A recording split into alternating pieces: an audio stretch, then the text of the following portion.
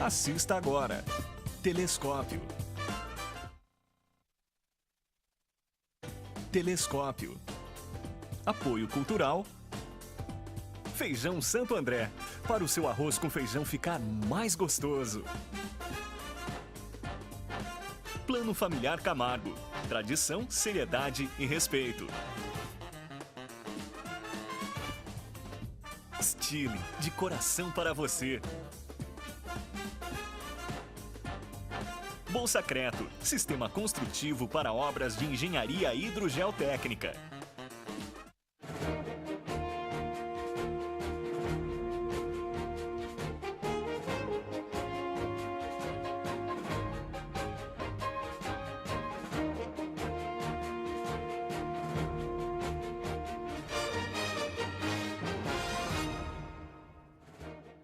Boa tarde, Itapetininga. Começa agora mais um programa Telescópio, ao vivo dos estúdios da TVI para o canal 99 da NET e para o site tvitap.com.br. Repetindo, tvitap.com.br. Terça-feira, 2 de julho de 2013. Temperatura em Itapetininga, nesse momento, segundo o site Climatempo, é de 17 graus. Então, você que está nos assistindo aí, coloque uma blusa, se você for passear na cidade, for dar uma volta pelo centro, enfim, coloque uma blusa que a tendência é esfriar. Ainda segundo o Climatempo, a temperatura média em Itapetininga hoje pode chegar até 14 graus. Vamos hoje, terça-feira, temos hoje aqui, né, a Folha de Itapetininga na sua versão online, que está aí no site da Folha de Itapetininga, com as suas principais notícias.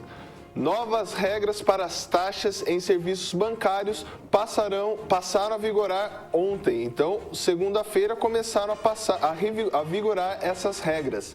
Aqui também temos prefeituras da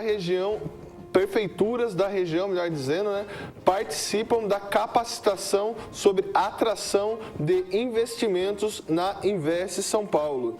Aí temos aqui também, até sexta-feira, inscrições para vagas ociosas nos cursos da IFESP estão abertas. Então você aí que não se inscreveu ainda para um curso, pode estar entrando em contato com a IFESP, né, e está fazendo a sua matrícula. Daqui também, dia 6, terminará a festa de Nossa Senhora do Perpétuo Socorro. E também, domingo, a 20ª Festa da Cerejeira acontece na Associação Cultural e Esportiva de Itapetininga.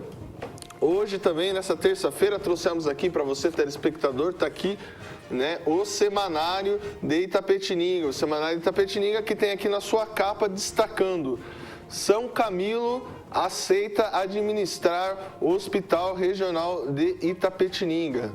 Temos aqui também, né, ações de combate à prevenção às drogas estão ocorrendo na cidade.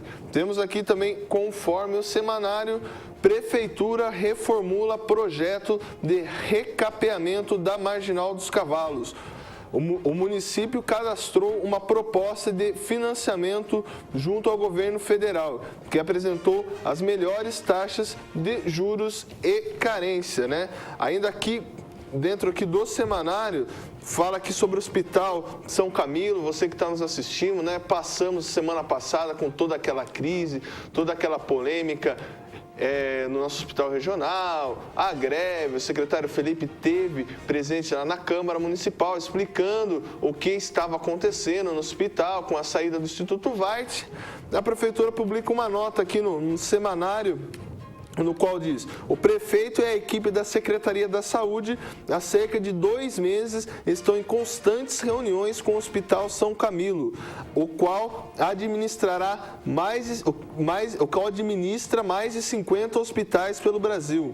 A Prefeitura, pensando no bem-estar da população e buscando uma instituição qualificada e renomada em administração hospitalar, manifestou o interesse em que o Hospital São Camilo administre o Hospital Regional. Então tá aqui, né, você aí que estava preocupado com a situação do Hospital Regional, o São Camilo irá administrar o Hospital Regional e o Pronto-Socorro. Lembrando você, telespectador, também que me manda várias mensagens pedindo para que eu entreviste o secretário Felipe, né? Nossa produção está em contato com o secretário Felipe para agendar uma entrevista com ele, para trazê-lo aqui no programa Telescópio. Mas antes, hoje, né, dando continuidade essa semana, esse mês, no qual estamos dando a oportunidade, né, aos nossos vereadores de fazer um bate-papo com eles, de fazer um balanço desses 6 meses do Legislativo e do Executivo, nós vamos receber o vereador Adilson Ramos, que acaba aqui de chegar em nossos estúdios. Não saiam daí, entrevista com o vereador Adilson Ramos. Voltamos já. Arquitetura arrojada e projeto paisagístico de encantar os olhos, o cemitério Jardim Vale da Paz possui 115 mil metros quadrados de área verde, templo ecumênico, carro elétrico, estrutura e serviços comparáveis aos melhores cemitérios do país. Cemitério Jardim Vale da Paz, um jardim de boas lembranças. A Masterserv tem o orgulho de estar presente em obras de engenharia ambiental com o seu exclusivo sistema construtivo Bolsacreto. Imbatível em obras de drenagem urbana, mesmo na presença de água. Bolsacreto, iniciativas sustentáveis buscando a inovação tecnológica. Tá todo mundo dizendo que a Stile tem a moda que saiu das passarelas e tá arrasando nas ruas. Então vamos conferir os melhores looks que você encontra na Stile. Gente, por falar em look, olha esse aqui, ó, essa mini saia de couro vem com tudo e os spikes também. Nossa, arrasou. Não tem como não reparar nas botas de cano baixo e nos detalhes da gola, que é o que vai bombar, viu? É isso aí, pessoal. Tá na moda, tá na Stile, tá na rua.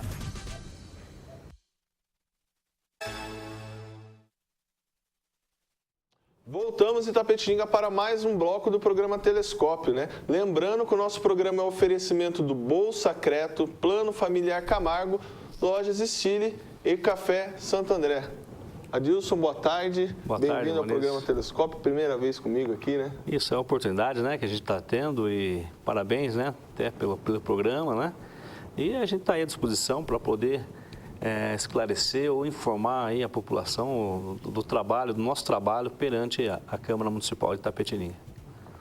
Adilson, você que foi secretário, né, de esportes, tem uma experiência já na gestão pública aí. Difícil trabalhar com política, trabalhar na gestão pública? Eu, esse ano, faço 32 anos de funcionalismo público, né? Então, a vida nossa foi na administração pública. E essas dificuldades que são enfrentadas no dia a dia é natural, né? É natural e, ao longo do tempo, vai se caminhando, vai se formando os conhecimentos e as pessoas aí começam a deslanchar. Então a gente tem essa esperança que Itapetininga vai deslanchar, né? É difícil, né? É difícil esse início de administração, mas a gente tem que acreditar. Nós, como itapetiningano, nós que queremos o melhor de nossa cidade, a gente sempre acredita que vai dar certo e que vai melhorar. E o que levou a ser candidato, né? E depois eleito vereador? Por que ser vereador? Melhor formulando a pergunta. Então, na verdade, Maurício, isso aí já vem. Eu fui vereador em 2001 a 2004, depois fiquei suplente de 2007, 2005 a 2008, né? Então, nós assumimos os 2 últimos anos, né? 2007 e 2008, eu assumi, aí devido à ausência de alguns vereadores, nós assumimos. E novamente, mas a política quase que está no sangue, né? A gente gosta da política, a gente gosta de procurar ajudar, é uma forma que a gente tem de ajudar a cidade. Então, é uma forma que a gente achou de colaborar com isso. Então, a gente vem, graças a Deus, eu tive êxito nas duas que eu participei, tive êxito e fiquei suplente na outra, né? Então, assim, a gente está num caminho político, num processo político, né? Até porque a gente vive no meio político, né? Como funcionário público, a gente está vivenciando todos esses problemas e, como vereador, a gente tem mais condições de ajudar a cidade a desenvolver. E o que mudou, na sua opinião, na política, naquele período de 2001 a 2004, né, no seu primeiro mandato, para hoje? Não, na minha parte, a experiência, né? Quando eu entrei, estava bastante imaturo, poucos conhecimentos na área política, né? E no decorrer do tempo a gente foi se qualificando, se aperfeiçoando, né? Hoje eu sou pós-graduado em gestão pública, né? Então é uma área que eu me qualifiquei, é uma área que a gente foi sempre buscando aperfeiçoar. Então, assim, ao longo do tempo a gente ganha muito, né? A experiência, o dia a dia da gente é muito importante, a gente vai somando para que esse conhecimento a gente coloque em prática e ajudar a cidade a se desenvolver melhor. Adilson, de 2004, né, naquele período, 2004 já eram 11 vereadores, né? Não, é 19. 19, né? 19 em 2004, aí depois foi para 11 vereadores e agora voltou para 19. O que você acha? 11 vereadores ou 19 vereadores, ou um pouco menos, um pouco mais? No meu ponto de vista, 19 vereadores, ele amplia a representatividade da população. Hoje Itapetininga, com 144 mil habitantes, então você tem um leque grande, né? Os bairros são imensos, então se você for ver essa questão de você ganhar representatividade, isso é muito bom. Então, até porque o orçamento da Câmara é o mesmo, né? Sempre é aquele percentual, então, quer dizer, não aumenta e não abaixa, o valor é o mesmo, né?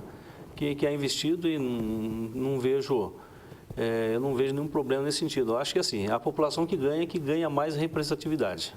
Essa Câmara, né, legislatura, ela está mais heterogênea? Na verdade, cada legislatura é diferente da outra, né? Então, lógico, a gente vê que cada um muda um pouquinho a forma de um atuar, né? Mas assim, o sentido é o mesmo, né? O sentido praticamente é o mesmo, que todos buscam o melhor para Itapetininga. Então, a gente acredita que a mudança de pessoas, né, na política sempre salutar. E as ideias novas vêm surgindo, né, gradativamente. Então, a gente sabe que isso aí só vem a somar para melhorar a qualidade mesmo. Adilson, começou-se o ano político de Itapetininga, né? Um tanto, podemos dizer assim, conturbado, com o famoso aumento do salário dos secretários, né? Eu queria perguntar para você, você foi a favor, você foi contra, qual que é a sua opinião em relação a esse aumento de 87%, né? Certo. Em relação aos secretários municipais. Eu votei contrário ao aumento, né? Apesar de saber que a gente sabe que o que ganha hoje é o que deveria ganhar, né? Mas eu votei contrário pela situação que o município se encontrava, da forma que foi feito. Então eu votei contra esse aumento. Mas se você vê, um secretário hoje, ele tem que se dedicar praticamente 24 horas no dia para atender o público, né? A fazer com que a cidade possa estar se desenvolvendo. Eu falo isso porque eu já fui secretário e a gente usa combustível, carro, todo gasto a gente utiliza da gente, né? Então, a gente sabe o quanto que é custoso e nós não temos fim de semana, né? A gente não tem fim de semana, não tem feriado, deu problema, nós estamos lá, estamos trabalhando, estamos buscando sempre buscar a melhoria da cidade. Então, assim, se você for ver o salário das empresas da nossa cidade, hoje equipara mais ou menos isso daí, né? Um diretor, daí para mais, né, das empresas. Então, assim, quanto ao salário, eu acho que tem que ser um salário digno, porque você se dedica o tempo todo. Eu fui contrário à forma que foi feito e diante das circunstâncias que foram feitas, ou seja, enquanto o servidor ainda estava sem nenhum tipo de reajuste, enquanto estava a situação difícil no município, ele dá um aumento. Então, nesse sentido, eu fui contra. Mas, quanto ao valor, assim, a gente entende que é um valor que é justo, né? É justo e com isso aí a gente também acredita que o salário do servidor vai dando sequência para chegar a esse patamar. Porque se você tem um salário baixo de um secretário ou de um diretor, você nunca vai conseguir chegar mais alto porque o nível você não pode ultrapassar o salário do secretário, né? Então, disso aí dá margem para o servidor ter um aumento real. Você que foi secretário, né, do ex-prefeito Ramalho, né, nesse período também de transição, aliás, melhor dizendo, muito foi dito, né, pelo prefeito de Fiore, ele questionou nos 100 dias até hoje, né, ele questiona nas suas entrevistas que não houve esse período de transição. Houve esse período de transição, você que esteve lá na base, ou é normal isso quando altera um gestor para outro? Vamos dizer assim, no bom sentido, criticar a atuação do ex-gestor. Infelizmente, na política, né, e não é de hoje, todos que sucederem outro vão falar mal da administração anterior. Isso é difícil, a não ser que seja o seu próprio candidato que você indica, aí você não tem esse problema, mas todos que mudarem, que houver inversão, no caso de mandato, vai ter esse problema de um criticar o outro, de um falar que um deixou uma dívida maior que o outro, que fica difícil trabalhar. Mas assim, a transição, não do jeito que deveria ser, mas foi feito. Foi feito, são, se não me engano, 11 atas que foram feitos. E o que foi pedido, dentro do que a administração pôde fornecer, ela forneceu. Mas é assim, a gente acredita que não é esse o problema, né? Não é a transição em si. E quando você assume um compromisso de trabalhar por uma cidade, você tem que conhecer, você sabe, na verdade nem conhecer, você já sabe quais são os problemas. Tanto é que quando você faz um plano de trabalho, um plano de governo, você vai em cima do plano de governo, em cima daquilo que você sabe que é necessário para melhorar a cidade. Então, muitas vezes alegar que desconhece, a gente não podemos pensar nisso. A gente tem que sempre pensar em assumir e buscar trabalhar e melhorar aquilo que está ruim, né? E o que está bom é dar continuidade, e é isso que é intuito. Acho que a administração pública é isso, é você trabalhar em prol de uma sociedade. Você citou, né, dar continuidade àquilo que está bom, né? Por exemplo, temos o caso do Parque do Conhecimento, né, que era um projeto do ex-prefeito Roberto Ramalho, que não foi dado continuidade nessa gestão com o prefeito Luiz de Fiore. Eu tive a oportunidade de entrevistar o secretário de Educação, né, o Geraldo Macedo. Ele explicou algumas coisas ou não.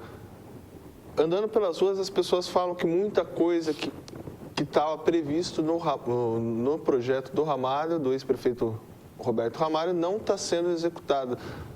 Isso também é normal nessa alteração de, como você bem citou, de quando não é uma indicação do prefeito que ganha a eleição, dar essa continuidade?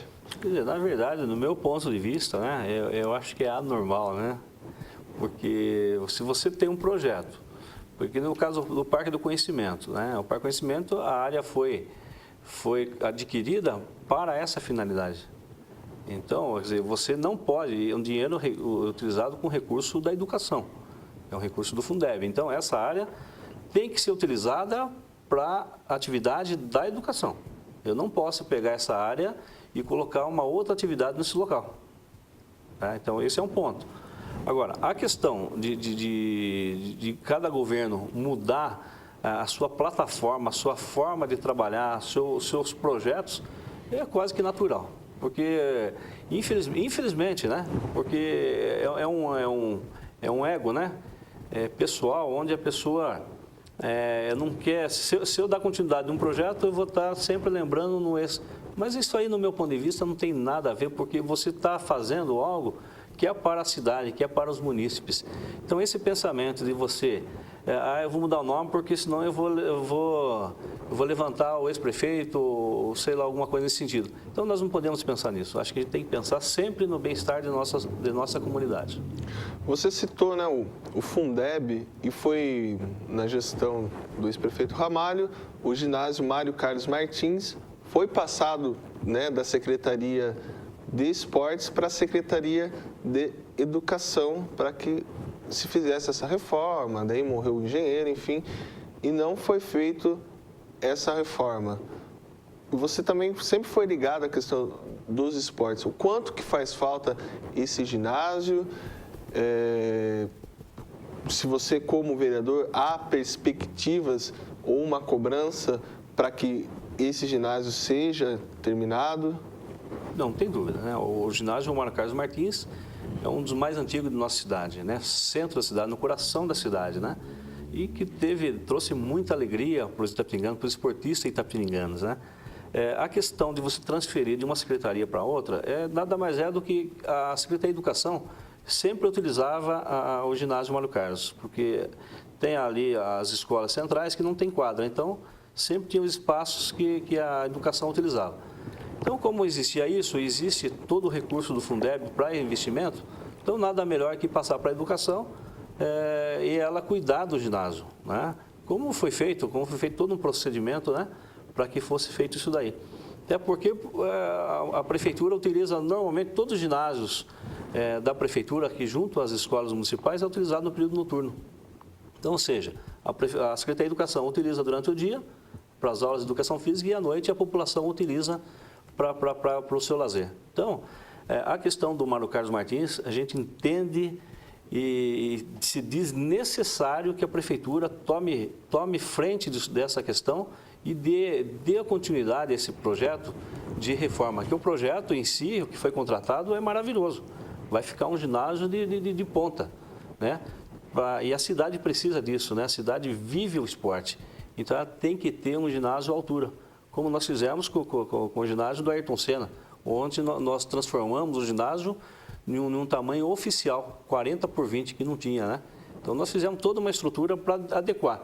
Contratamos o projeto técnico para o seu alvará de funcionamento, agora tem que executar o projeto. O projeto foi feito, agora tem que ser executado o que foi contratado no projeto, para aí sim ter o alvará de funcionamento e poder receber grandes eventos aqui na cidade esportiva. Você falou de alvará de financiamento e citou o Ayrton Senna, né? E não tivemos, né, a tão famosa Copa da TVT aí devido a essa falta de alvará no ginásio Ayrton Senna. No entanto, outros eventos foram realizados ali, conforme informações aí do vereador Itamar, do Dr. Mauri, também sem alvará. O que aconteceu nesse período e também na sua época como gestor na Secretaria da Cultura, por que não se teve esse alvará para a realização da Copa TVT? Na verdade, a TVT não é questão do alvará. O ginásio está lá, o ginásio é perfeito para a atividade, só que assim, a responsabilidade do evento é da TVT. Então, ela que tem que bancar a questão de segurança, né? Então, existe todo esse parâmetro. Agora, falar que o ginásio não está preparado para receber evento não é verdade. O ginásio está preparado para receber evento, apenas não tem uma formalidade, é um documento que é o alvará. E agora, o ginásio ele tem toda a saída de emergência, todas, tem de 3 lados, tem entrada e as 2 laterais tem saída. A estrutura é totalmente metálica e de concreto. Quer dizer, é um ginásio... E é um dos melhores ginásios da nossa região. Se você for ver, na região nossa não tem um ginásio como o Ayrton Senna, né? Então, falar que não foi feito por esse ou aquele motivo, não é. É que foi questão política, né? Que assim, você tem o organizador do evento que ganha para isso. Você exige dele as providências. Se ele não tomar as providências, ele quer que o município assuma tudo. Esse é o errado. Quer dizer, um evento que é de uma entidade, ela tem que dar conta do recado, né? Se eu promovo o evento, eu sou responsável por ele. Agora, eles querem que a prefeitura assuma toda a responsabilidade, aí não está certo. Então, as dependências, como eu falei na minha época, as dependências estão à disposição. Quanto aos demais procedimentos, aí cabe a eles tomarem. Então, é isso que aconteceu. Aproximadamente, você também como secretário, quanto que é o valor, né, a verba destinada do município para o esporte e quanto, não sei se posso dizer assim, seria necessário um número, Sim. uma cifra que poderia melhorar as condições do esporte em Itapetininga? Então, veja bem, o orçamento tanto da cultura como do esporte é na média de 5 milhões. Com o desmembramento da Secretaria na época, em 2009, ficou metade para cada um. Hoje o orçamento do esporte está em 2 milhões e 400 mil reais. E é o orçamento da Secretaria de Esporte. É o orçamento que nós tivemos no ano passado, né? E que esse ano manteve os 2 milhões e 400 mil. Se eu não me engano, até caiu um pouco. Era 2 milhões e 600, aí abaixou, tirou menos 200 mil reais. Desse 2 milhões e 400, você tira aí praticamente 1,5 milhão, que é para folha de pagamento dos funcionários e despesas com encargos. Depois tem água, luz, telefone, despesas diversas, né? São ligas, federações. Então, o dinheiro é pouco. O esporte hoje, o que investe hoje em esporte é pouco. 2 milhões e 400 pouco se dá para fazer. Mas é o que tem, né? A gente tem que trabalhar o que tem que achar formas de você trabalhar em cima do orçamento que você tem, né? Até porque você tem prioridades. Mas o esporte, que no meu ponto de vista, é uma prioridade, que são atividades preventivas, né? Você consegue trabalhar a comunidade, trabalhar o social, enfim. Vocês trouxeram até os jogos regionais, né? Na minha época como secretário, nós trouxemos duas vezes os jogos regionais do idoso, o Jori, e fizemos os jogos regionais também. Então, foi 3 jogos regionais no meu período. Então, a gente conseguiu, e além do que, nós somos campeão dos jogos regionais na cidade de Itu. Foi fato inédito para a cidade, né? E conseguimos com que a cidade ficasse em festa, né? Então, assim, foi feito um trabalho muito bom, né? Muito bom, e a gente quer que esse trabalho continue cada vez mais, que melhore cada vez mais, porque nós não podemos perder, nós temos que sempre ganhar.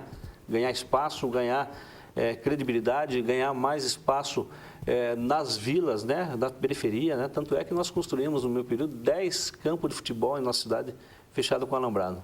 Então, isso aí foi um avanço muito importante e tem que continuar. Nós não podemos parar, tem que continuar, tem que cada vez mais construir centros esportivos, né, para que a comunidade possa usufruir e, ao mesmo tempo, tirar essas crianças da ociosidade. De que forma? Promovendo o esporte, promovendo o lazer a esses jovens, a essas crianças. Voltando a falar das questões legislativas, após, né, esse período, né, que teve do aumento do salário, aí houve aquelas manifestações do pessoal dos funcionários públicos em relação ao não aumento do salário, né? Na ocasião, até um pouco antes, naquela famosa entrevista do prefeito Luiz de Fiore, que ele havia dito que ele era contra o abono, né? E agora foi dado o abono aos funcionários públicos. Você, como funcionário público também, o que você pensa sobre o abono? E se era a solução, se o prefeito de Fiore, depois estudando melhor o caso, ele percebeu que o aumento real não seria possível e sim o abono? Nós tivemos várias conversas, vários contatos com o prefeito, né, com a assessoria, com o secretário dos Paulo a respeito do aumento, né? Isso é uma cobrança do funcionalismo geral. Então, isso aí nós trabalhamos em cima disso, houve até uma comissão de servidores, né? Os próprios vereadores se uniram nesse intuito, né, de sensibilizar o prefeito, de poder dar um aumento que seja o mínimo, mas que venha um aumento para poder o funcionário ter um pouco de dignidade, né, porque isso tudo subiu, né? A questão do abono, isso aí já vem, infelizmente, há um bom tempo, né? Você vai deixando a inflação, dá a inflação e você dá o abono. O abono, ele não incorpora para todos os fins, né? Ele não incorpora para a hora extra, para a gratificação, né? Então, isso aí você perde. Mas, enfim, é um meio que a administração tem, porque se você colocar o aumento real, você aumenta a parte de encargos. Então, você tem um percentual a mais, em torno de 27% a mais ou menos, né? E que aumenta a folha de pagamento. Se você dá o abono, ou você não aumenta esse encargo e o salário... Na verdade, assim, o que interessa para o servidor? É o seu salário, né? Se vai pagar encargos, isso aí cabe à administração. Então, o servidor ele está recebendo o seu salário, né?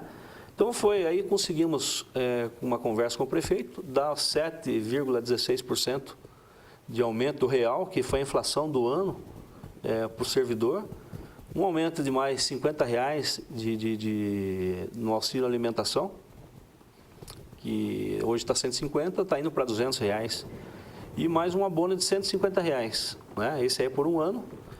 E como todos os abonos que foram dados anteriormente, chega no período nossa database é em maio, então chega nesse período, ele incorpora o salário, aí você dá um reajuste em cima disso, aí sim.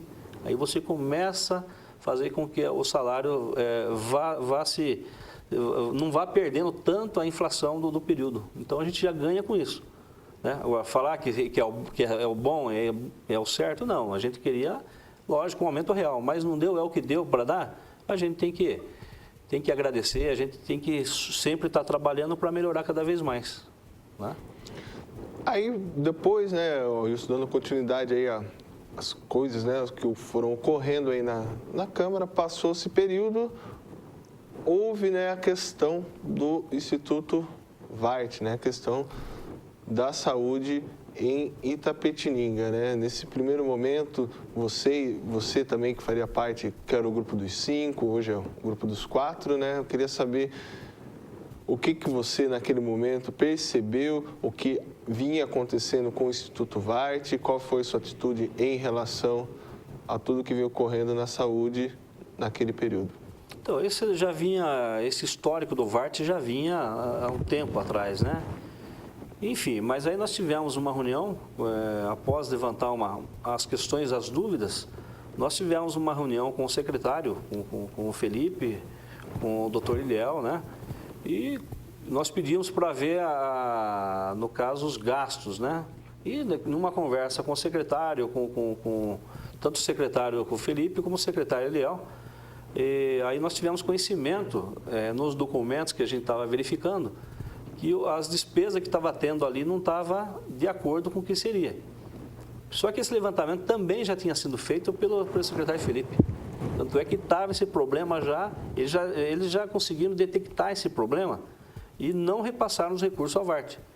Ou seja, então naquele período que nós tivemos lá na Secretaria da Saúde para verificar esses documentos, também a Prefeitura, segundo o Felipe, já tomou as medidas para que não fosse mais repassado o recurso ao Vart. Então, foi um trabalho em conjunto dos vereadores, né, que correram atrás, do secretário Felipe, do secretário Dr. Eliel, que também ficou muito atento à questão. Enfim, e aí surgiu todo esse problema que veio por falta de pagamento. A empresa começou a deixar de pagar funcionário e aí começou a criar problemas. E nesse inteirinho, aí já percebeu o que aconteceu, né? A cidade tornou-se uma situação insustentável, até porque os funcionários, com razão, né?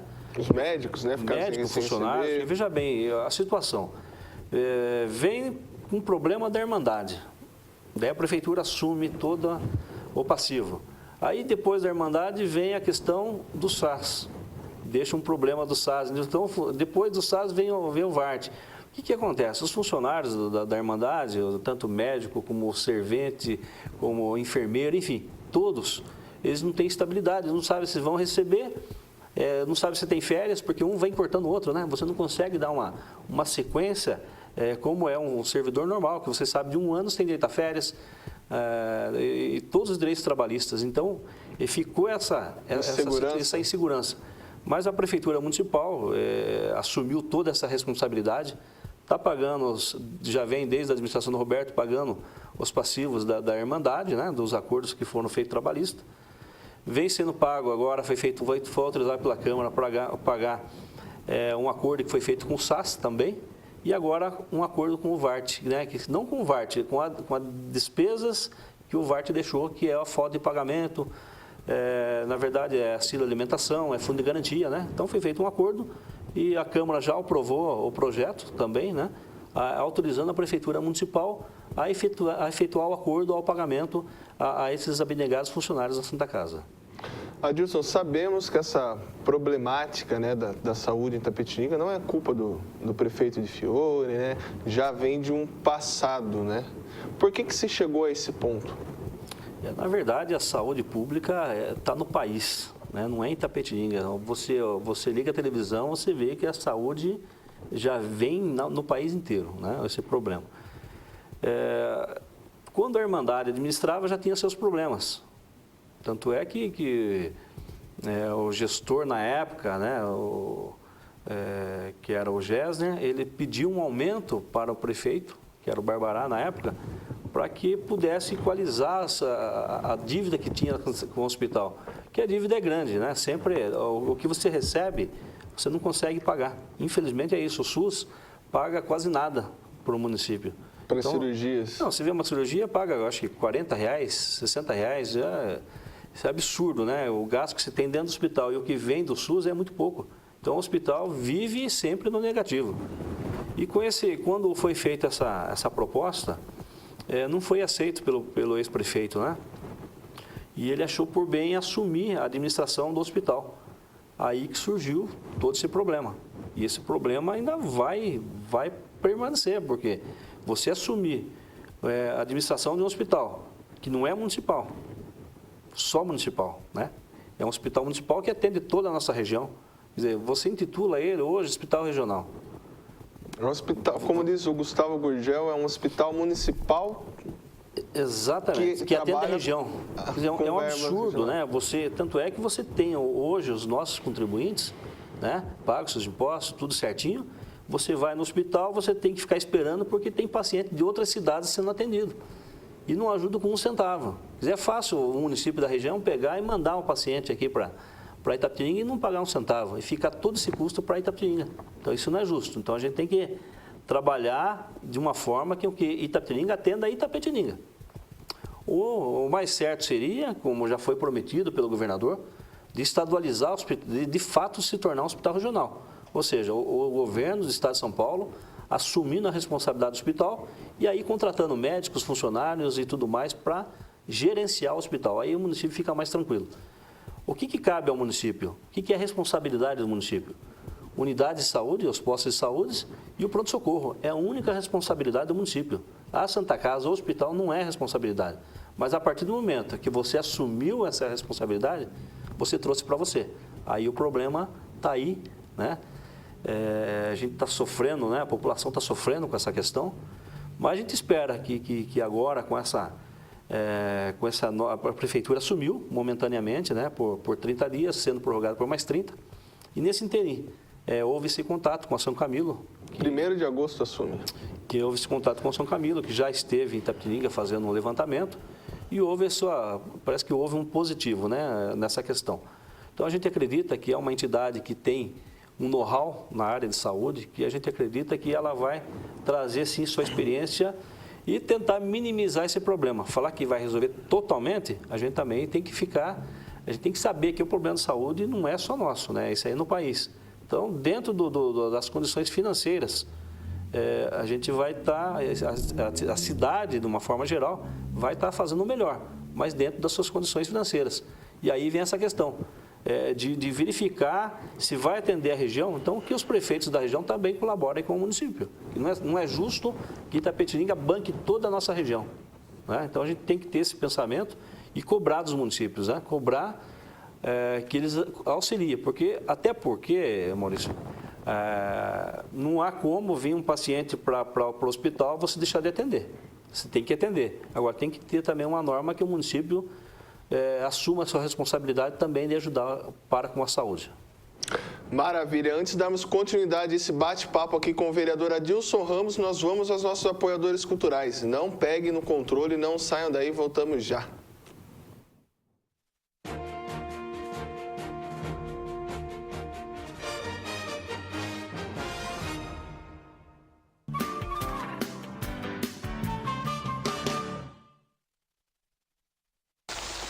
Novos abrigos e ônibus da empresa Nossa Senhora Aparecida. Faça chuva ou faça sol, de dia ou de noite, nosso objetivo é cuidar bem de você. Empresa Nossa Senhora Aparecida. O maior objetivo de uma empresa ou uma marca é crescer e conquistar mercado e reconhecimento na sociedade. Com empreendedorismo, profissionalismo, dedicação e responsabilidade social, as empresas crescem, ganham espaço e se consolidam. A população foi ouvida. Em breve você conhecerá as empresas e marcas mais lembradas da cidade. Aguardem. Vem aí Top of Mind 2013-2014, o maior prêmio empresarial de Itapetininga e região.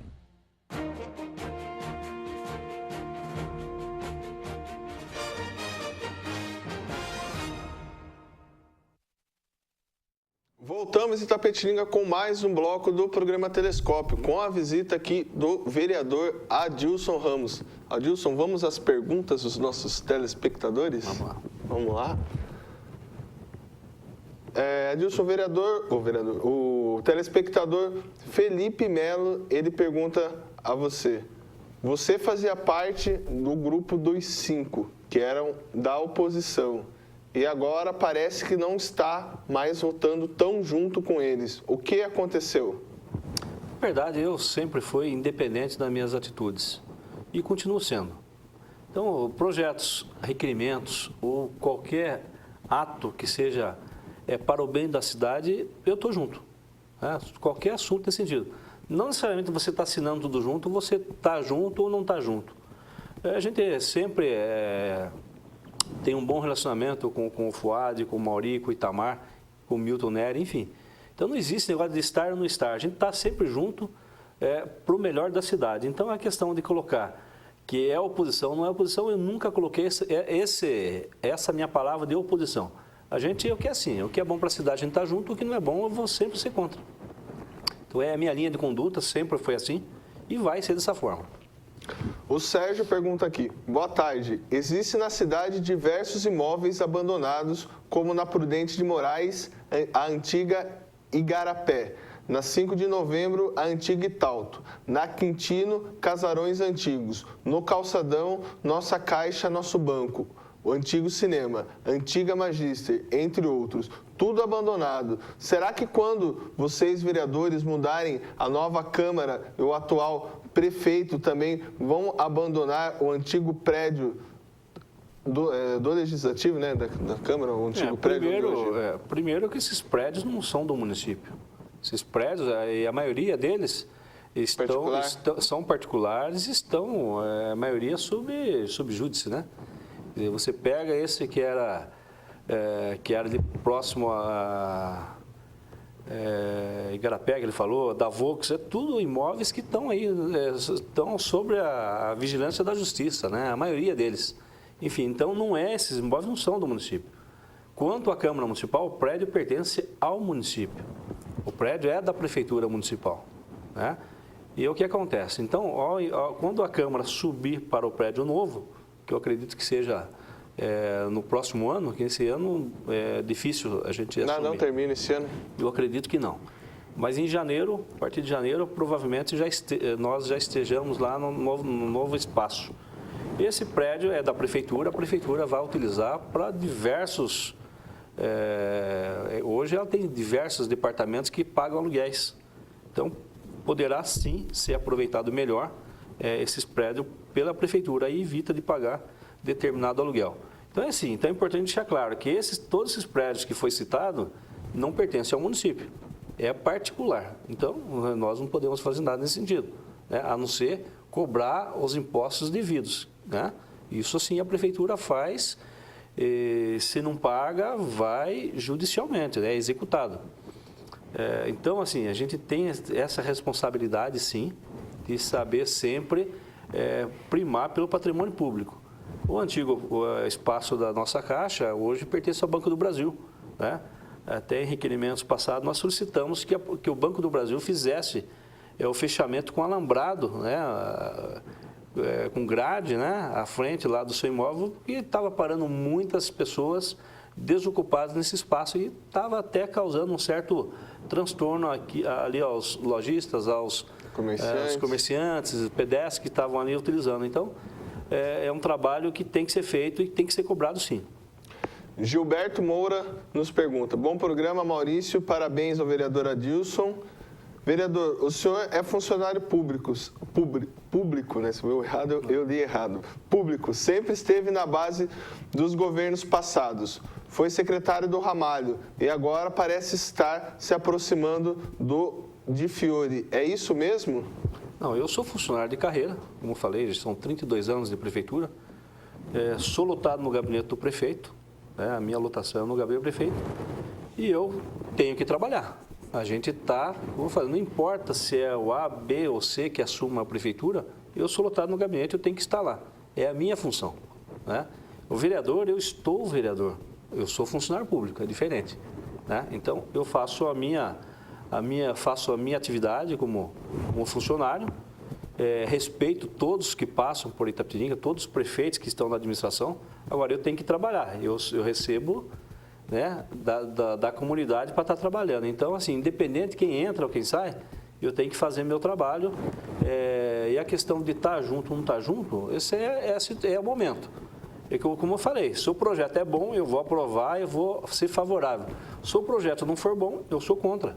Então, eu tenho essa linha de conduta, então, independente se eu estou ou não de um lado ou do outro, a gente tem que ter essa linha de trabalhar para o bem de nossa cidade, né? Independente de algum tipo de acordo político. Então, a gente tem que sempre primar pelo bem da cidade. É isso que é o nosso pensamento, é esse, e vai ser dessa forma. Eu sempre atuei dessa forma. O Fernando, o professor Fernando, um abraço para o professor Fernando, né? Ele já esteve aqui com a gente no estúdio. Um abraço, Fernando, que sempre nos assiste. Ele pergunta, Porque os vereadores sempre intervêm nos problemas e não conseguem construir uma solução definitiva. Não, é isso que a gente fala. Quando você vai criticar, você tem que ter uma solução. Criticar, jogar pedra é fácil. Por isso que muitas vezes eu tenho uma atitude, um comportamento que eu prefiro, às vezes, ficar ele meio que inerte do que eu ficar atacando e não ter a solução. Eu acho que você ajuda se você apontar o problema e você também dá a solução. Ou buscar a solução junto, né, em conjunto. Eu acho que esse é o trabalho. Ficar só atacando ou ficar só criticando não vai ajudar em nada. Então, se eu critico, eu tenho que ter uma solução para resolver o problema. E é fácil, né? Eu ficar jogando pedra é a coisa mais fácil que tem, que existe. Agora, achar o problema, né? E você dá a solução para esse problema, aí sim, esse é o nosso caminho. Esse é o trabalho que nós temos que ter, sempre buscando o melhor para Itapetininga. Então, esse é o trabalho, tá certo. Eu acho que, assim, se eu atacar, eu tenho que saber qual o caminho para defender. Falar, não, eu vou atacar a administração ou alguém, sei lá o que for, que acha o problema. Não é assim. A gente tem que trabalhar junto. Câmara, né, e Prefeitura tem que trabalhar junto, tem que trabalhar em conjunto para o bem da nossa cidade. Agora, esses trabalhos que é feito pela Câmara, buscando sempre, a Câmara num todo, ela quer ajudar. A Câmara Municipal ela sempre quer somar para que uma cidade, de fato, ela se torne melhor para se viver. Então, assim, falar que é contra, é a favor, ou que ataca, isso não é. A gente sempre busca o melhor. Então, às vezes, quando a gente dá uma cobrada, é para melhorar a cidade, é a cobrança que a sociedade quer fazer onde nós representamos. Então, é isso. O prefeito de Fiore disse em entrevista recente, né, sobre a situação do VART que não haviam tantos problemas e sim que eram alguns alarmes, dado uma significância maior por alguns vereadores. O que o senhor pensa dessa declaração dele? Aonde ele está certo, onde ele está errado? Não, na verdade, tudo que a Câmara fez, tudo que nós, vereadores, fizemos, foi averiguar os problemas que estavam ocorrendo, que sempre aquele velho ditado, onde a fumaça há fogo, não é? Então começou um zum, que existia um problema no hospital, através do próprio o Conselho de Saúde, como nós falamos, o próprio secretário da Saúde, quer dizer, também esteve presente, né, nessa questão, bastante, enfatizou muito essa questão, enfim. Então, tudo o que foi falado, que nós vereadores comentamos, cobramos, exigimos providências, de fato aconteceu. Então, falar que é questão política, não, aí não. Foi questão técnica que o Instituto VART poderia até ter boa vontade, mas errou muito na forma de agir, de fazer as compras, de fazer contrato de assessoria, enfim, estava tudo errado. Então, não é nós, vereadores, que apontamos que está errado, que acusamos, não. Nós apontamos e, de fato, aconteceu. Tanto é que o VART foi embora, né? Porque tinha muito erro. E o próprio secretário de saúde, o próprio secretário do jurídico, o doutor Eliel, constatou esses erros. E aí foi uma sequência de problemas que gerou esse cancelamento do contrato com o VART. Então, falar que a culpa são dos vereadores, não, isso não. Os vereadores fizeram a sua parte, né? Nós, vereadores, fizemos a parte de fiscalizar, que é a nossa obrigação, que é a finalidade, de fato, da Câmara Municipal, fiscalizar os atos do Poder Executivo. Nós o fizemos, tanto é que o VART foi embora. Então, não foi porque os vereadores fizeram isso, foi porque tinha coisa errada, e aí foram embora. Adilson, nas suas andanças aí por Itapetininga, nas suas conversas com os munícipes, o que eles apontam hoje como os principais problemas da nossa cidade? Bom, o número 1 é saúde, né? A saúde hoje é o que vem de ponta a ponta da nossa cidade, as pessoas querem melhoras, né? Depois vem a sequência de obras, né? Tapa-buraco, limpeza, né? Que no começo do ano houve a rescisão do contrato de uma empresa que fazia a limpeza pública. E esse processo de contratação, de licitação, demanda um certo tempo. E aí os munícipes sofrem com essa ausência. Mas, enfim, a prefeitura, os funcionários municipais estão se desdobrando, né, para poder dar conta do recado. E agora vem essa chuva, né? Muita chuva, e aí a gente vê muito buraco na cidade. Agora, o tempo tem que melhorar, tem que secar para que a equipe da prefeitura possa novamente iniciar seus trabalhos de tapa-buraco. Então, são assim, problemas que é pontuais, né? Saúde, esse problema que todo mundo sabe o que está acontecendo e tem que melhorar, né? A questão de obras vai ter que fazer um trabalho mais efetivo, né? Contratar mais pessoal para poder auxiliar nessa manutenção, porque tem poucos funcionários que fazem esse serviço. E antes era terceirizado, então vai ter que contratar, vai ter que terceirizar ou até fazer um concurso público para chamar mais funcionários para poder atuar. E depois a gente vem, a educação, tá, alguns problemas também, né? Enfim, são esses problemas pontuais que tem que ser resolvidos. Houve nesse período aí do Poder Executivo um choque de gestão diante de algumas ações, podemos dizer assim, do trabalho do prefeito de Fiore na procura de melhorar o município, de melhorar a arrecadação, mas não tão populares nas... Então, houve no começo, né, a questão de você aumentar a CIP, né, que é a contribuição da iluminação pública, e que houve um movimento popular, né, a sociedade não aceitou, né, essa majoração de reajuste da taxa de iluminação pública. O prefeito, após os vereadores também se mobilizarem, o prefeito sensibilizou também, voltou atrás do seu ato, até porque isso aí está em nível nacional. Todo tipo de reajuste que houve, em todos os sentidos, os administradores voltaram atrás e reveram os seus atos, o que é natural e eu acho que o que a cidade quer viver harmonicamente. E isso aconteceu, então foi um momento difícil, né, que se passou. Outra questão que foi apontada é a questão do IPTU, né, que houve uma alteração, né, nos imóveis que foi complementado a mais e não foi autorizado na prefeitura. O famoso georreferenciamento. Exatamente, mas isso aí, Maurício, se você for ver bem essa questão, se você tem seu imóvel, você construiu algo mais e você não foi na prefeitura atualizar, automaticamente o geoprocessamento só constatou que existe. Então você está pagando o que existe no seu imóvel.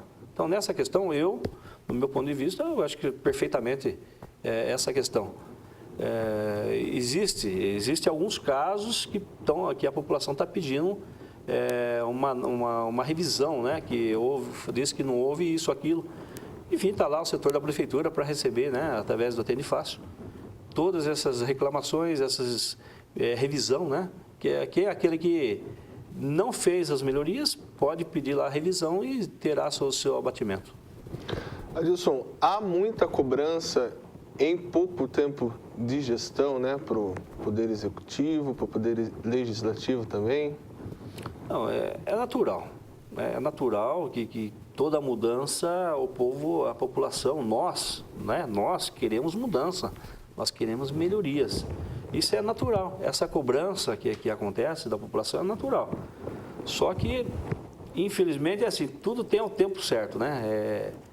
De acontecer. Então, exigir que imediatismo é difícil.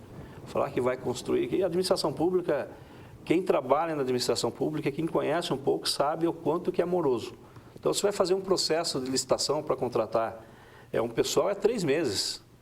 No mínimo 45 dias e no máximo se leva 3 meses, porque você tem toda uma publicação de edital, você tem empresas que podem recorrer, aí fica suspenso o processo, então ele demanda um certo tempo. A administração pública é muito moroso. E existe toda uma lei de responsabilidade fiscal que você tem que seguir. Se você não seguir, você vai ser penalizado futuramente. Então fica aquela situação de você buscar fazer sempre a coisa certa dentro daquele limite que tem, e aí existe esse problema, essa morosidade da administração pública. E não é aqui, não. Isso é no país, essa morosidade é no país todo. Devido à lei de responsabilidade que veio moralizar a administração pública. Isso aí é muito eficaz. A gente acredita que essa lei veio assim para ajudar a dar mais serenidade à administração pública. Você conhece o André Balint? Sim. O André Balint nos escreve: gostaria de mandar um abraço ao amigo Adilson, que me ensinou muita coisa na área de gestão. que agora estou utilizando na gestão da equipe de tênis de mesa. Aproveito a oportunidade para informar que a Nathalie está confirmada na Copa Brasil em Manaus, agora no mês de julho. Um abraço aí para o André Balint, que sempre assiste a gente, sempre está participando do programa Telescópio e do Camisa 99. Um grande abraço, André, um amigão, né? E um profissional de competência tamanha. Técnico de tênis de mesa, né? Árbitro internacional de tênis de mesa, tem um know-how incrível na área. A filha dele, né, Nathalie, se não me engano, está com 10, 12 anos, está se despontando como atleta de nível no país. Tanto é que já é a segunda vez que foi convocado pela seleção brasileira para representar o país. Então, é uma menina que tem um potencial muito grande, que já está atuando junto ao Fran TT, que fica em Piracicaba, que coordena o tênis de mesa, né, no Brasil. Então, é a menina uma atleta de orgulho para Itapetininga, uma menina que é estudiosa e, ao mesmo tempo, dedicada ao esporte.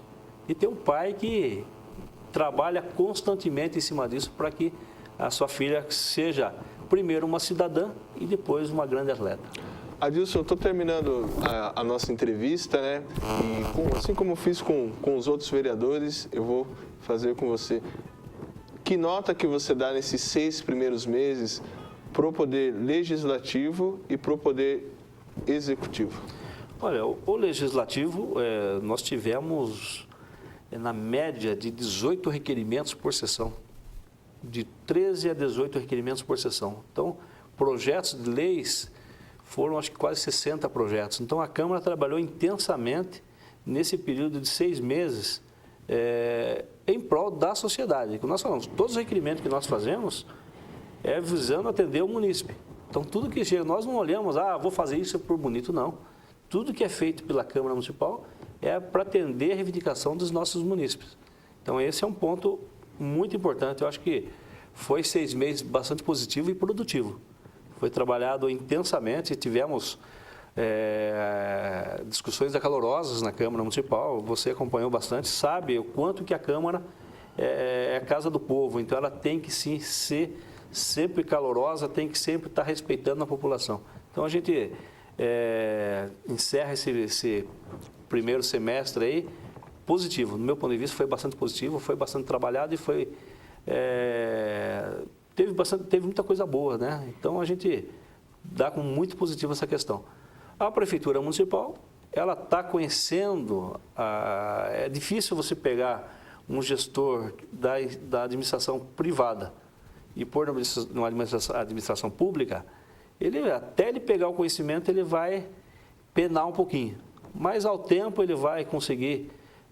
já está conseguindo entrar no ritmo, saber como que é a administração pública, como que funciona a administração pública. Que assim, na privada eu faço o que eu quero fazer. Na pública eu tenho que fazer o que a lei determina que eu faça, o que a lei tem que cumprir exatamente o que a lei determina, né? Então é difícil, né, você encaixar essa questão. Mas a gente acredita, a gente está aí, a população colocou, nós acreditamos que vai dar certo. A gente acredita porque nós somos itapetiningano e queremos o melhor para Itapetininga, né? Então é isso, acho que a gente tem esse pensamento de cada vez mais Itapetininga crescer. Itapetininga é a bola da vez. Você vê Sorocaba, não tem mais onde crescer. Itapetininga já é polo de região. Então a nossa cidade é o momento de crescimento, é o momento de se expandir.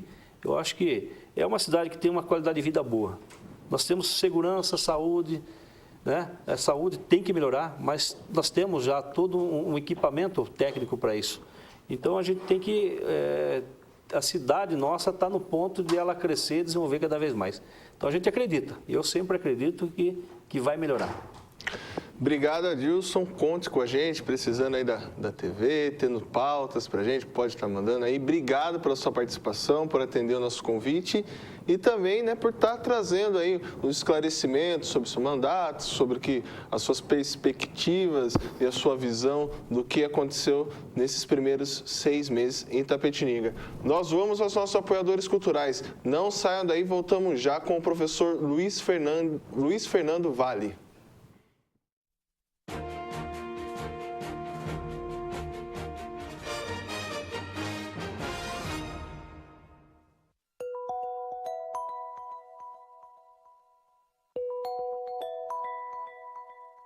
Com arquitetura arrojada e projeto paisagístico de encantar os olhos, o cemitério Jardim Vale da Paz possui 115 mil metros quadrados de área verde, templo ecumênico, carro elétrico, estrutura e serviços comparáveis aos melhores cemitérios do país. Cemitério Jardim Vale da Paz, um jardim de boas lembranças. Olá, telespectadores do Espaço Saúde. Não perca os nossos programas, agora em novo horário, aos sábados às 18h30. Espero vocês. Assista as reprises em horários alternativos. Espaço Saúde. Apoio Cultural. E Clínica Espaço Saúde. Tá todo mundo dizendo que a Stile tem a moda que saiu das passarelas e tá arrasando nas ruas. Então vamos conferir os melhores looks que você encontra na Stile. Gente, por falar em look, olha esse aqui, ó, essa mini saia de couro vem com tudo e os spikes também. Nossa, arrasou. Não tem como não reparar nas botas de cano baixo e nos detalhes da gola, que é o que vai bombar, viu? É isso aí, pessoal. Tá na moda, tá na Stile, tá na rua.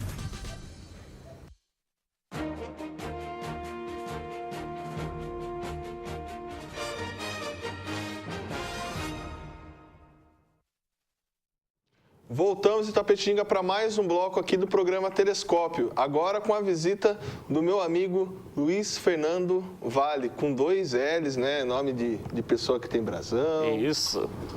Tem que ser pessoa importante, com brasão, né? Então. Importante, pessoa de bem economicamente. Muito bem. Luiz Fernando, conte um pouquinho da sua história para nós. Como que você virou professor, como chegou até Itapetininga, professor de História, né? Isso. Antes de eu ser professor, né? Eu comecei assim, por volta lá dos 15, 16 anos, a integrar o movimento hip hop lá na cidade onde eu morava, em Poá. Aí montamos um grupo de rap, tudo. Aí começamos a discutir essas questões políticas, sociais, né? Aí meu amigo tinha vontade de fazer a faculdade, mas, pô, vamos fazer o quê? Aí tinha assim aquele negócio da mente, pô, vamos fazer direito, que direito, pessoa, negro, bem-sucedido, advogado, tudo. Aí ficava com esse negócio na cabeça, né? Aí na campanha presidencial de 98, aí a gente começou a ter uma ligação partidária mesmo, começamos a participar das campanhas do PT, pela Frente Socialista. Frente Socialista, agora não lembro o nome direito. Sei que a gente fez campanha para o Ivan Valente e para o Horácio Neto. Os dois, ambos, hoje estão no PSOL. E lá a gente conheceu alguns professores, né? Aí ele colocou uma coisa assim na minha cabeça, né? Falou assim, né? Que todo professor de história era revolucionário. Aí eu fiquei com aquilo na cabeça. Aí voltando, aquele ano eu estava estudando ainda, comecei a perceber que o que eu poderia fazer diferente na vida das pessoas seria através da educação. Se eu fosse advogado, talvez não chegaria esse processo da educação. Então eu pensei assim, pô, se eu quero ajudar as pessoas, acho que o melhor meio é a educação. Que ali você pega a base, você vai estruturando as pessoas. Aí vai passando o ano, vai entrando o ano, época de governo Fernando Henrique, pouco dinheiro, filho de proletariado, alta de desemprego. Aí a segunda opção foi o quê? Foi entrar no Senai. Aí eu entrei no Senai, sou formado em técnica em artes gráficas e comecei a trabalhar na indústria gráfica até... Pô, quando será que eu vou conseguir fazer a faculdade? Será que eu não vou conseguir? Foi passando ano, entra ano, sai ano. Aí consegui entrar e não entrei para a educação, para aqueles que entram assim, eu dou aula porque eu não tenho o que fazer, né? Não, o meu foi por opção mesmo. Eu procurei ser professor mesmo e com aquele embasamento, né? Tentar trabalhar a arte mais a educação.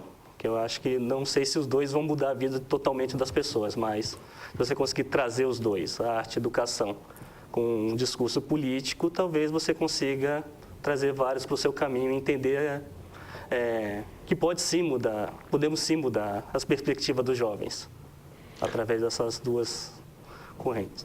Você falou do rap, né? O rap é a voz da periferia, como você disse, o rap com as suas letras, com as suas poesias, como dizem, marginais, né? Sim.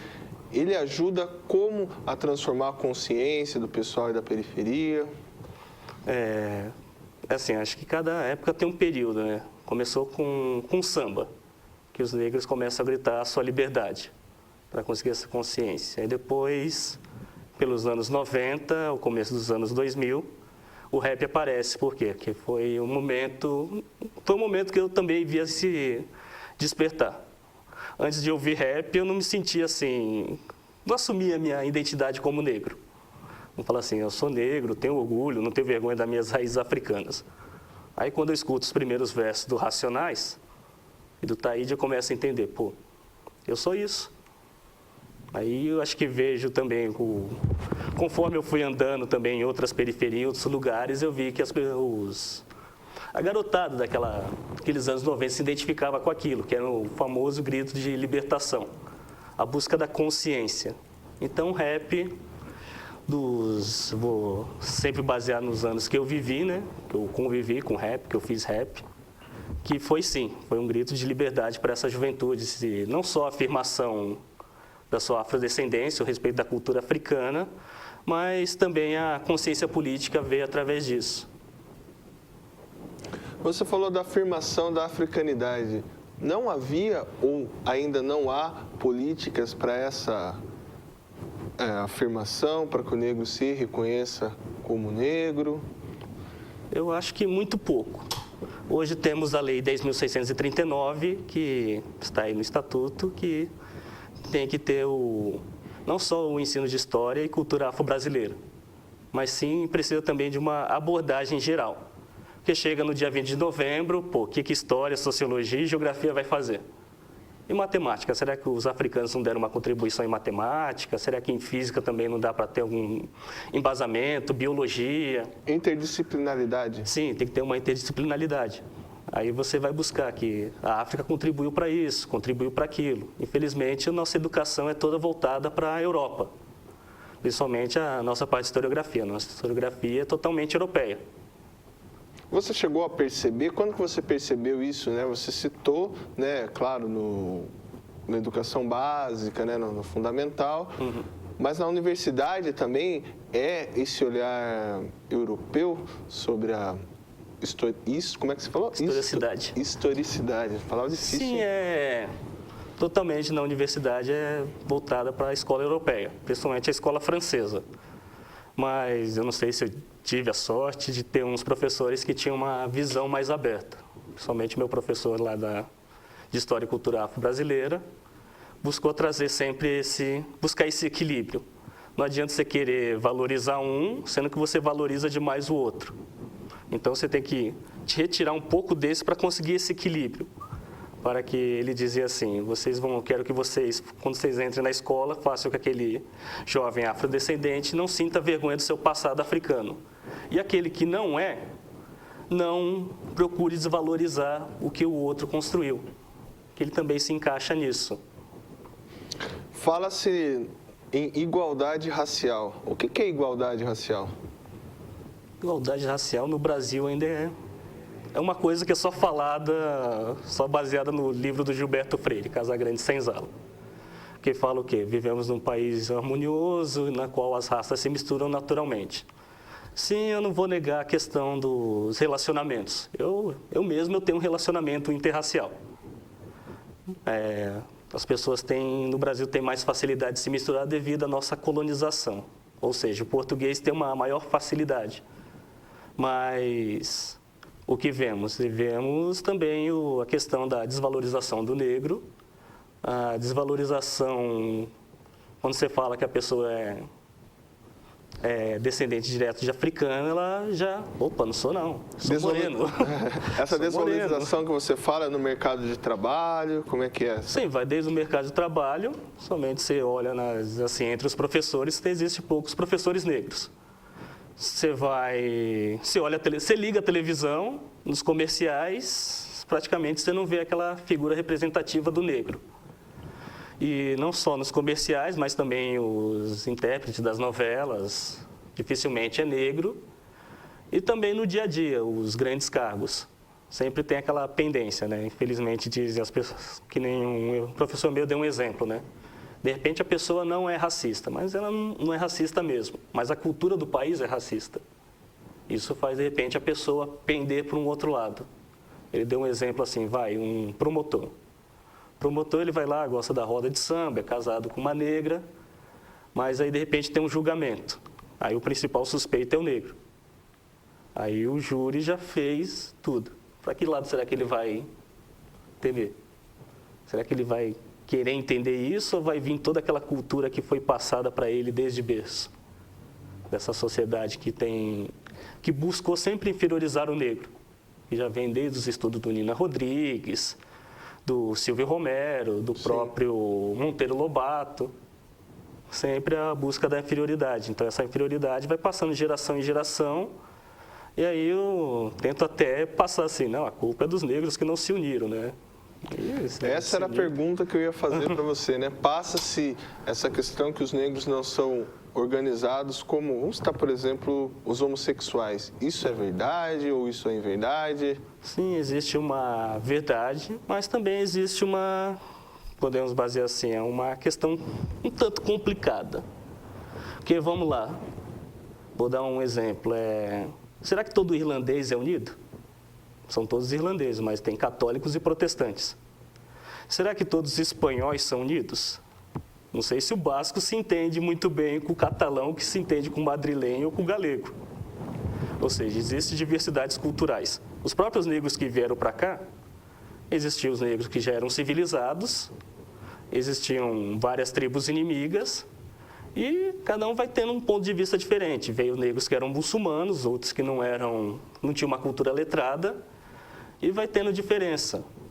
Aí tem aquele caso da cabana do pai Tomás, né? O negro que vivia dentro da casa e o negro que vive na roça, que está no trabalho.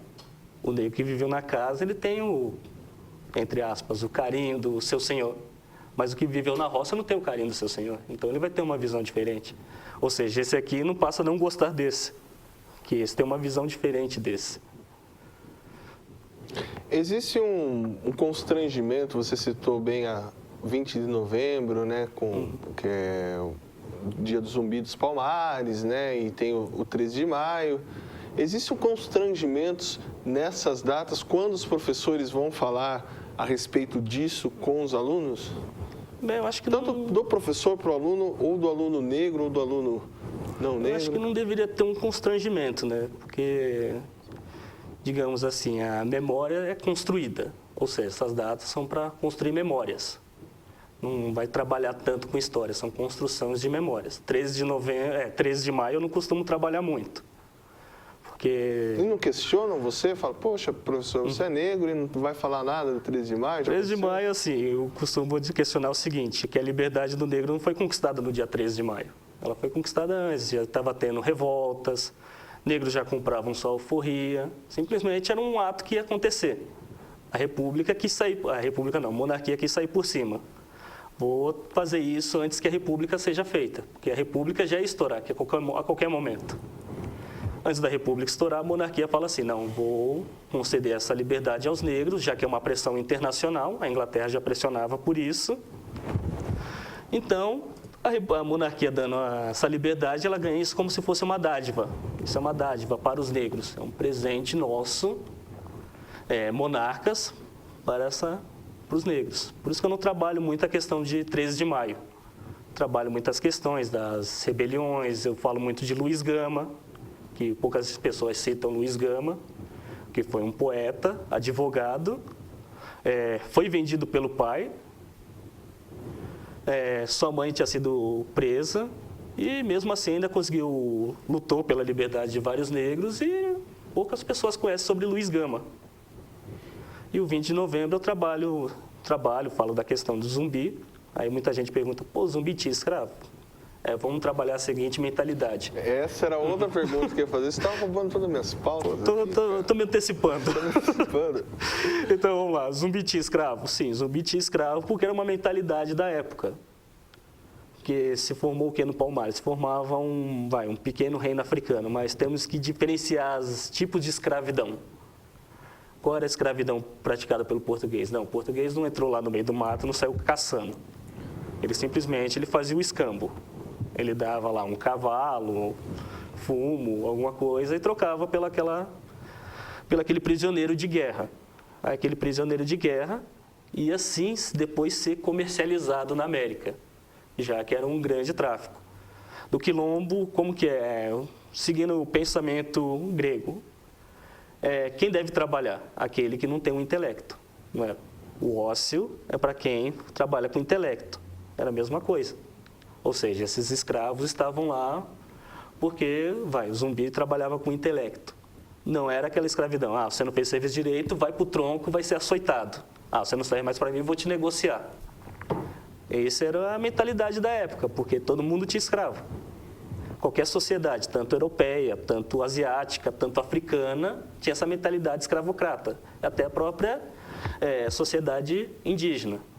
Todos sempre tiveram escravos. Só que, normalmente, eram escravos de guerra. E por que... Não uma escravidão comercial. Entendi, mas por que se tenta, falar, geralmente nessas discussões SS, você se defende isso, defende aquilo, mas Zumbi também tinha escravos. Por que é soltada essa, podemos dizer, teoria aí na sociedade? Aí chega aquele negócio de senso comum. Quando você vai trabalhar escravidão na sala de aula, aí eu vou falar da Grécia, da divisão social.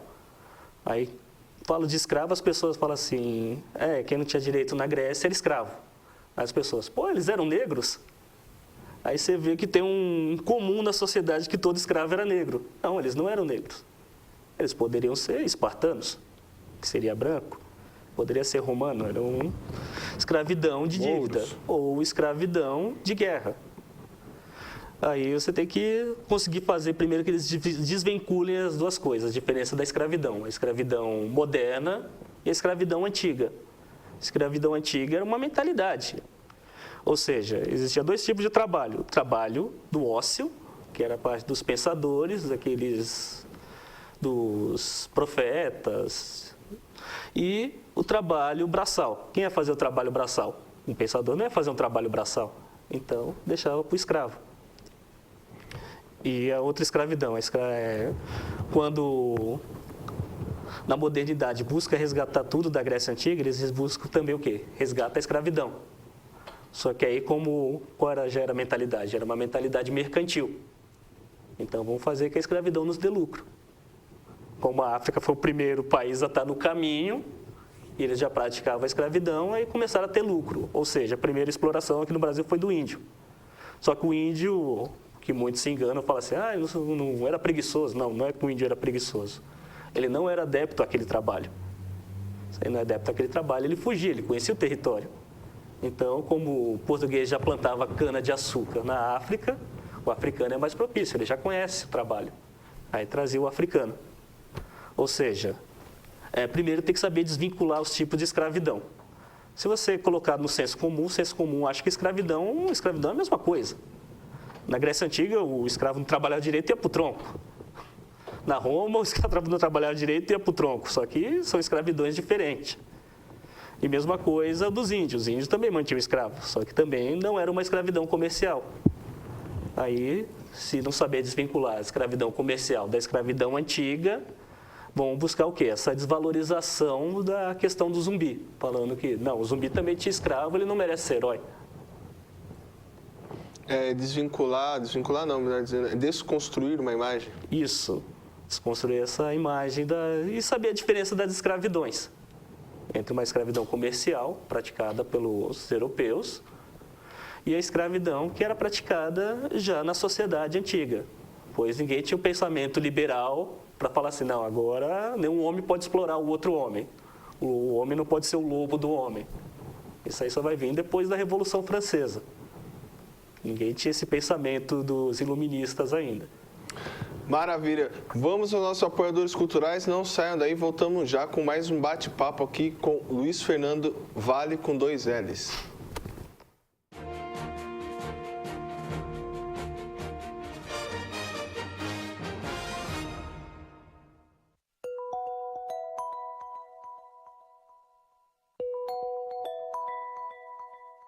Aleixos Restaurante, o melhor restaurante por quilo da cidade.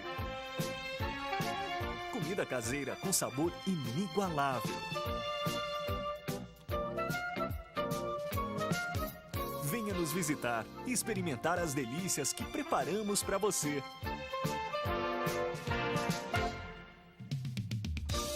Aleixos Restaurante, 3273-2014, Avenida José de Almeida Carvalho, 1165. Programa Prestando Contas, ao vivo, neste sábado ao meio-dia. Com o deputado e secretário estadual de Saneamento e Recursos Hídricos, Edson Giriboni. Envie sua pergunta e participe ao vivo. Você sabia que a Unimed Itapetininga tem a melhor qualidade de imagem em tomografia multislice, ultrassom, radiografia, mamografia e eletrocardiograma? Unimed Itapetininga, tecnologia e precisão nos diagnósticos por imagem. A Masterserv tem o orgulho de estar presente em obras de engenharia ambiental com o seu exclusivo sistema construtivo Bolsacret. Imbatível em obras de drenagem urbana, mesmo na presença de água.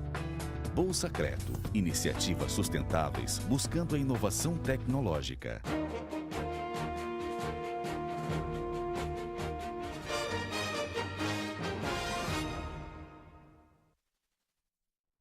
Voltamos em Itapetininga para o último bloco do programa Telescópio. Lembrando que o nosso programa é o oferecimento do Bolsacreto, Plano Familiar Camargo, Lojas Estile e Café Santo André.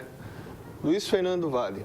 O que acontece hoje no Brasil quando se discute a tão famosa cotas raciais? Você é a favor, você é contra? Eu sou a favor pela questão da reparação. Se somos um país igual racialmente, por que as faculdades ainda estão brancas? Somos um país igual racialmente, por que a televisão ainda é branca? Aí fica aquela questão, né? Aí fala assim, pô, mas as cotas têm que ser cotas sociais, né? Para quem vem de escola pública, isso, aquilo. Eu falei, também sou a favor das cotas sociais. Pode ser social também. Vou até contar um episódio, né? Eu estava para prestar a Universidade Federal do Rio de Janeiro, né? No ano de 2002. Tô ficando velhinho, hein? Ficando velhinho, hein? 2002, eu fui lá na... Dreads brancos. Prestar na Federal do Rio de Janeiro e na Federal Fluminense. Infelizmente, acabei não passando, né?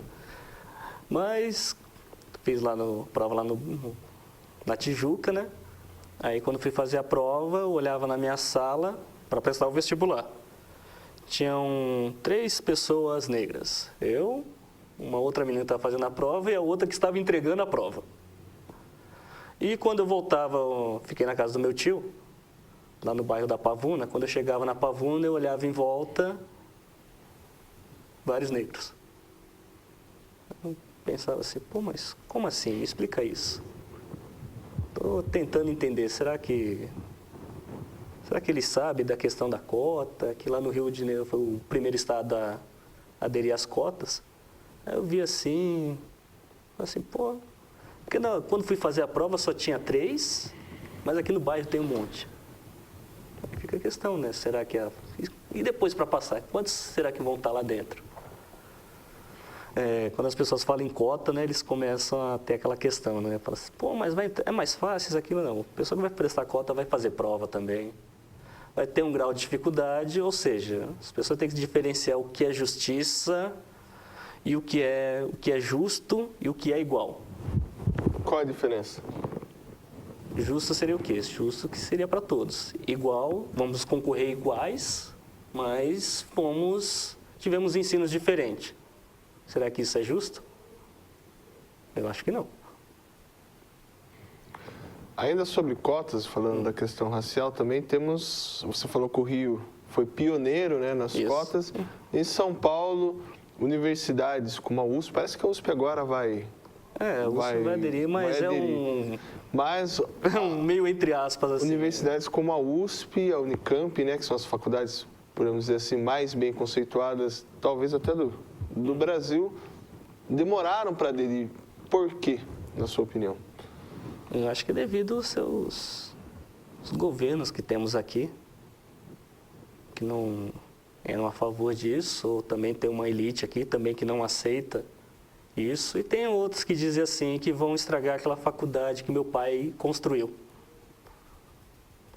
Alguns filhos de professores, dos pais que foram fundadores, falam assim, que se entrar esse pessoal vai destruir a faculdade que meu pai ajudou a construir. Ou seja, no Brasil sempre busca fazer essa divisão social. Agora já não vai nem na questão da classe, de questão racial, vai na divisão social. Não queremos pobre aqui. Se pobre entrar na faculdade, quem vai limpar minha casa? Quem vai recolher o lixo na rua? Então se cria esse apartheid, mais ou menos. Acaba não aceitando. Às vezes aqueles que chegam não têm condições. Porque não adianta você, vamos colocar as cotas, mas a gente sabe que a pessoa não tem aquela condição financeira de se manter ali. Ou seja, você vai fazer um próprio curso de história mesmo. Você vai pegar lá um livro do Sérgio Buarque de Holanda, Raízes do Brasil. Aí fala que você tem que comprar. Vai estar quanto? R$40. Será que essa pessoa vai ter esses R$40 para comprar esse livro? Então, tudo bem, ele pode pegar na biblioteca, mas quantos será que também vão pegar esse livro na biblioteca? Além de... Isso é só um exemplo. Então, não adianta só você dar as cotas e não conseguir manter essas pessoas lá dentro, para que chegue até o final do curso com uma preparação. Isso se reflete, você citou na história, né? Em outras disciplinas, por exemplo, como medicina. Sim, medicina ia ser mais complicado ainda, porque tem livro em alemão.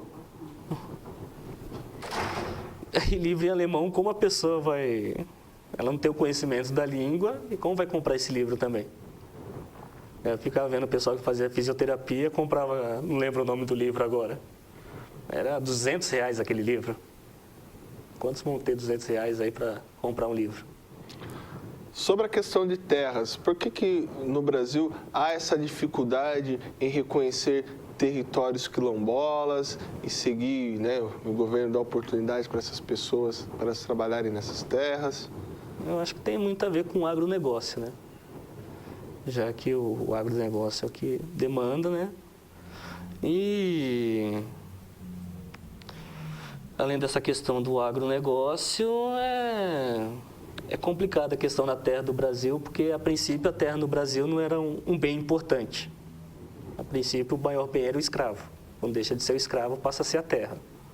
Aí, quando passa a ser a terra, de quem é a terra? Se o governo saiu distribuindo, antes do Império, o Império saiu distribuindo terra. Na colonização, se distribuía a terra. Quantas pessoas perderam suas terras? Aí, agora, quando você vai pedir para um quilombola ter um documento, sendo que ele já estava ali faz tempo. Existe todo um conceito histórico, cultural, acho que é mais expressão dos agronegócios. Também vai pela questão dos índios também, que não reconhece a questão das terras indígenas. Ou seja, é um patrimônio cultural que deveria ser já pensado e valorizado. Você ficar muito questionamento, não. Ainda nessa questão de quilombo, me veio uma questão assim que eu particularmente gosto de fazer trabalhos culturais, trabalhos sociais com o pessoal aí dos quilombos, né? E pensa-se que todo quilombo é Palmares, né? E não é bem assim. Não.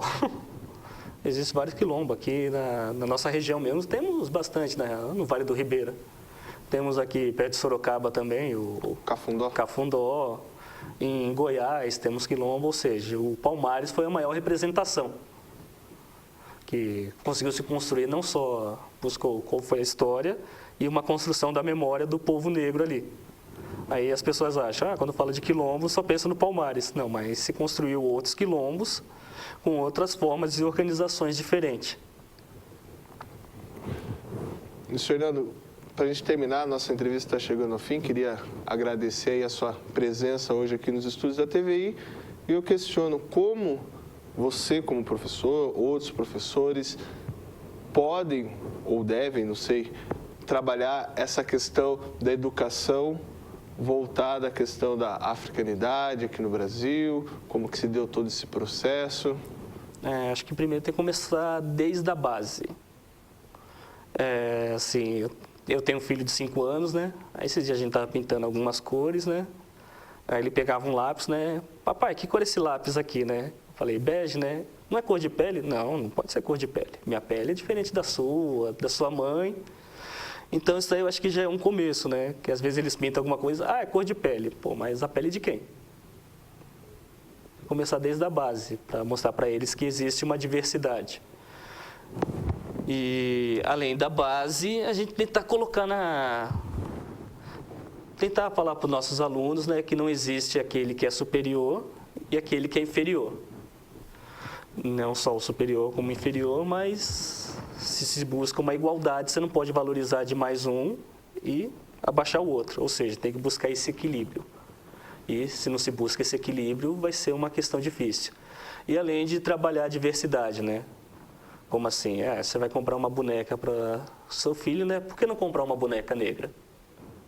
Por que não comprar um boneco negro também para o seu filho? Por que só os bonecos brancos? Aí ele já vai aprendendo desde berço. Pô, esse aqui também é bonito, esse também é legal. Senão vão cair naquele vídeo que tem na internet, quem já teve a oportunidade de ver. Bonecas negras, que eu de vez em quando apresento para meus alunos, né? Quando tem alguma questão assim meia complicada, né? Eu falo, veja esse vídeo. Aí depois vocês refletem alguma coisa para mim. Eu falo, ele é forte, é complicado, sento aí, olhem, depois vocês falam comigo. Aí depois que eles veem aquilo, alguns comentam, né? Pô, até senti vergonha de tudo que eu já fiz, isso, aquilo. Eu falo, tá vendo? Às vezes você pode mudar só mostrando alguma coisa para a pessoa. Alguns vão mudar, outros não. Outros vão manter esse conceito. Mas se você já começar a mudar uns poucos, já é alguma luta. Luiz Fernando Vale, obrigado pela sua participação hoje aqui no programa Telescópio. Obrigado a você, telespectador. E amanhã, a partir do 12h30, estaremos aqui ao vivo nos estúdios da TVI para mais um programa Telescópio. E às 18 horas, não percam o jornal Cidade Livre com o meu amigo Gustavo Gurgel, que ontem ficou preso no trânsito lá em São Paulo, apenas 6 horinhas. Fique com Deus.